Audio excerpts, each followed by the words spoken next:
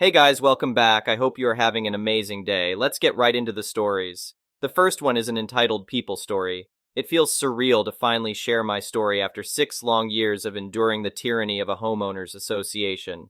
The relentless pursuit for justice, the destruction of my property, and the incessant demands to pay homeowners association fees have all culminated in a dramatic and thrilling conclusion. Now, with the dust settled, I can proudly say that I have emerged victorious, standing tall against the Homeowners Association. To understand the full extent of this battle, we must rewind further back to when the Homeowners Association was first established. In my neighborhood, the Homeowners Association was optional for existing residents, but newcomers were automatically enrolled. Being one of the few holdouts, I staunchly refused to join, dismissing their persistent requests as mere junk mail. I had no interest in becoming entangled in their restrictive regulations. In their desperation to enforce their authority, the Homeowners Association created a group of self-proclaimed officers, individuals who wielded power without any legitimate authority. These officers began tormenting me, demanding payment for Homeowners Association fees despite my non-membership.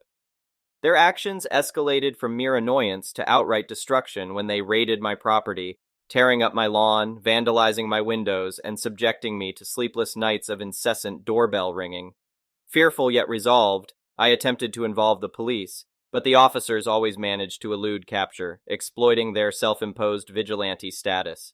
Fed up with their illegal activities, I sought legal representation and initiated a lawsuit against the Homeowners Association.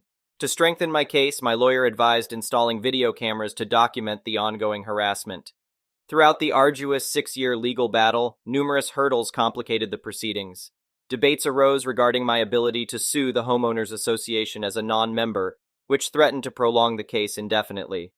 Meanwhile, the emergence of the pandemic further delayed the legal process, leaving me vulnerable to continued harassment, while justice eluded me. However, as life gradually returned to normalcy, I finally gained momentum in my lawsuit against the Homeowners Association. Unbeknownst to them, I possessed irrefutable evidence of their actions, captured on video. In court, their faces turned ashen when confronted with the undeniable proof of their wrongdoing.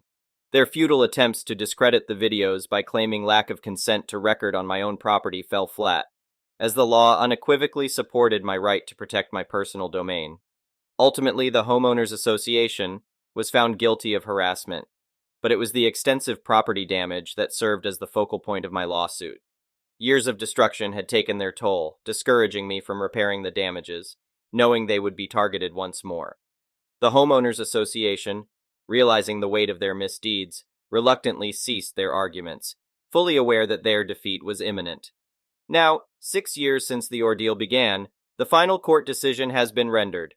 The Homeowners Association is ordered to pay me a staggering $200,000 in restitution for their relentless harassment and property destruction. Any future interference in my life, including sending solicitations to join the Homeowners Association, would result in additional fines. Moreover, an independent investigation has been initiated to scrutinize the Homeowners Association's officer program, potentially exposing further violations of local laws governing homeowners associations. While the financial compensation is indeed significant, I find myself more exhausted than celebratory. This prolonged battle has drained me, leaving behind a sense of weariness rather than triumph. I can only hope that the Homeowners Association's officer program is dismantled, ushering in a new era where residents are no longer subjected to unwarranted harassment.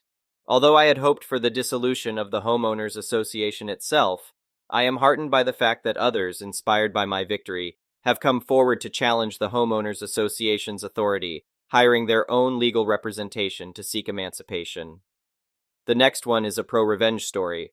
This story isn't about me, but my dear old dad. Back in the day, he used to be a plumber.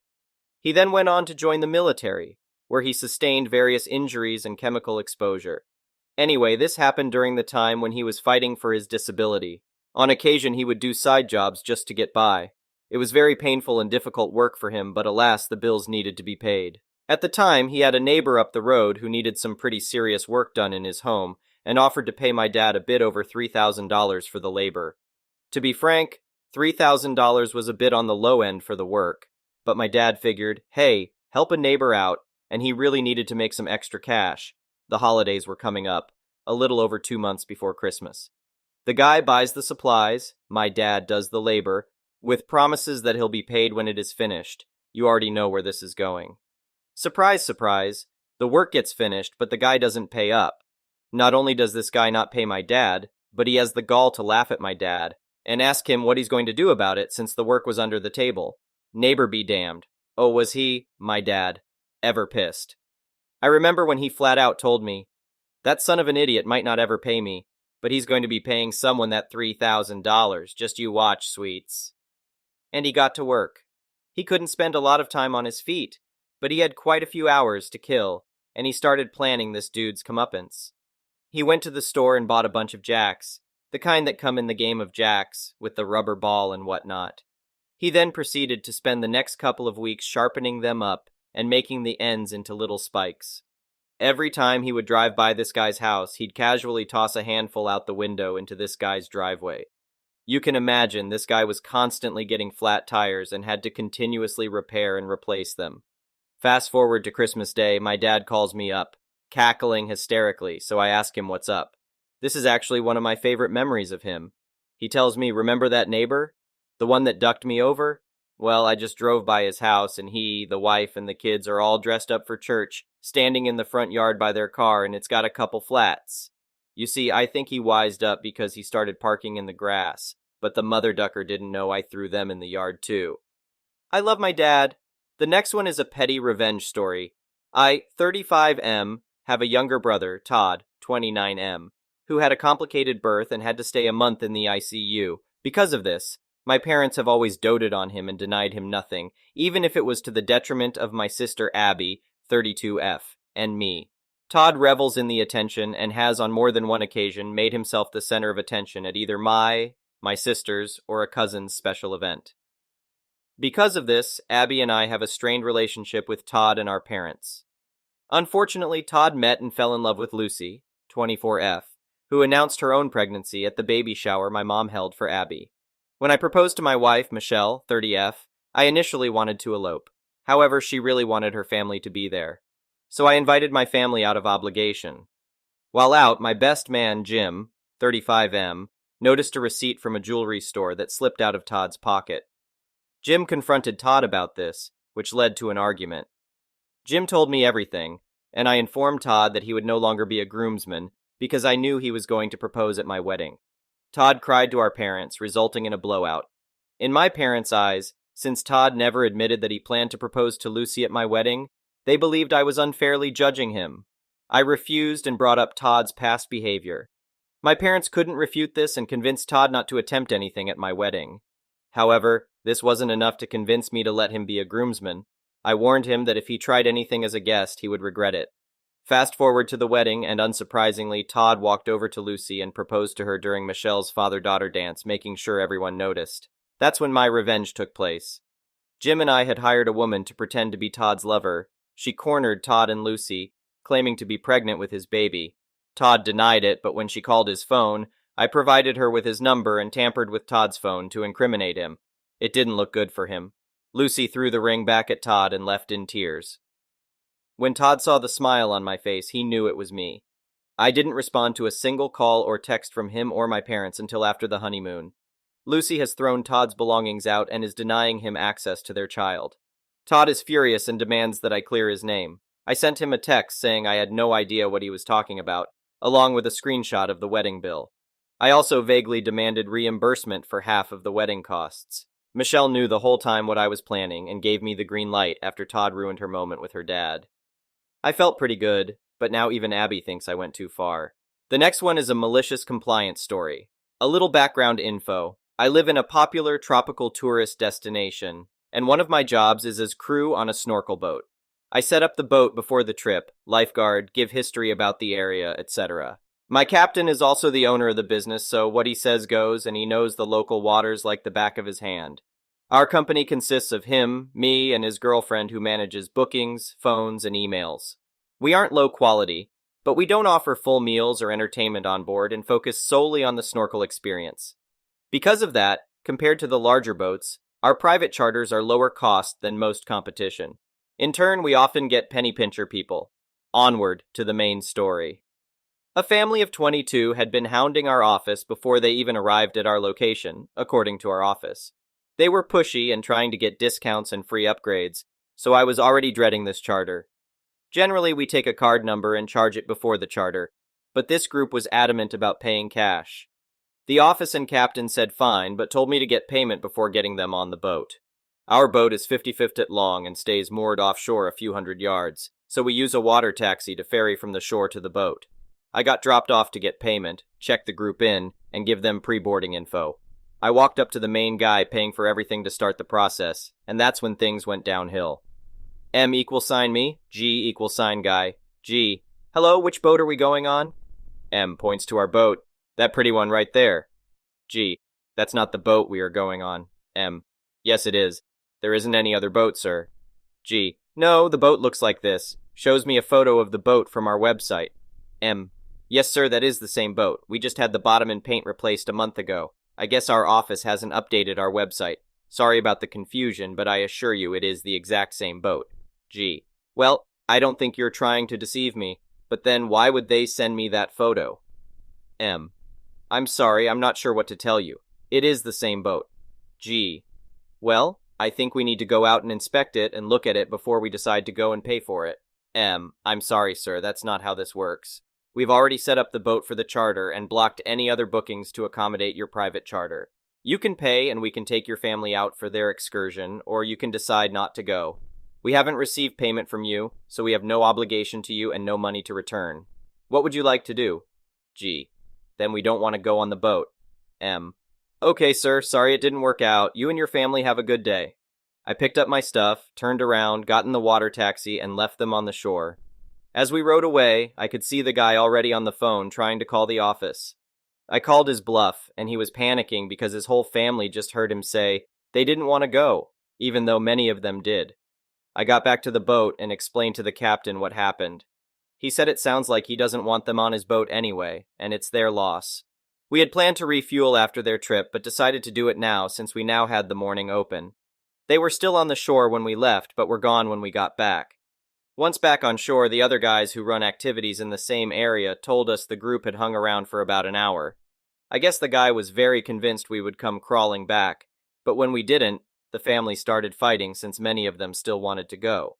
Now they have to try to find another boat that has 22 spaces open and will most likely cost 3 times more than us. It was totally worth waking up early without pay. The next one is an entitled People Story. I live on a dirt road, and while I own it, 3 other families have the right to drive on it to access their properties. All good. Where the road curves over time, gravel has built up well off the road and visually made that portion look like an abandoned parking lot. A sad sight next to my forest of trees and our sparkling river. In the blazing heat of August, I toiled. I scraped up the gravel, watered, to force more gravel up to the surface, scraped, hauled, raked, and sweated. My neighbors shook their collective heads as they saw me working. 3 dump trucks of soil arrived, raking, smoothing, and finally joyful planting. A small flowering tree, hundreds of lily bulbs, daffodils, grass seed bushes have replaced the gravel wasteland. Now my phone rings. Mr. Wonderful, the neighbor at the end of the road, wants to talk to me. We meet at my work site. He wants me to explain what I am doing. Fine, I explain. He tells me my work is a waste of time. Fine, I'm okay with trying. He informs me that the whole community uses that area as a turnaround. The whole community is him. No one else would ever need to use it. I am still okay. I tell him that if he needs to drive on my grass a bit to turn his boat around, I am okay with that. He asks why I did not tell him what my plans were. I come up with some version of what? Why would I check with you about planting grass on my yard? And oh, by the way, you have driven past me doing this work for days. If you were so interested, you could have asked. But now you know I am planting grass. The mask dissolves. His 6+ self hops off his golf cart and growls, "No, I'm going to tell you what you are going to do." Mr. Wonderful informs me that the land is not legally mine as he is claiming it through adverse possession. I laughed. I am 5'1" and was totally terrified inside, but I am not going to cede an inch. Towering over me with spit flying, he screams that I can expect to be in court facing a judge because he is not giving me his property. And the threats keep coming. By now, other neighbors have come over to witness the fuss. He keeps at it. When he stops for a breath, I say to everyone, I am so glad you are all here. I am planting grass on my property.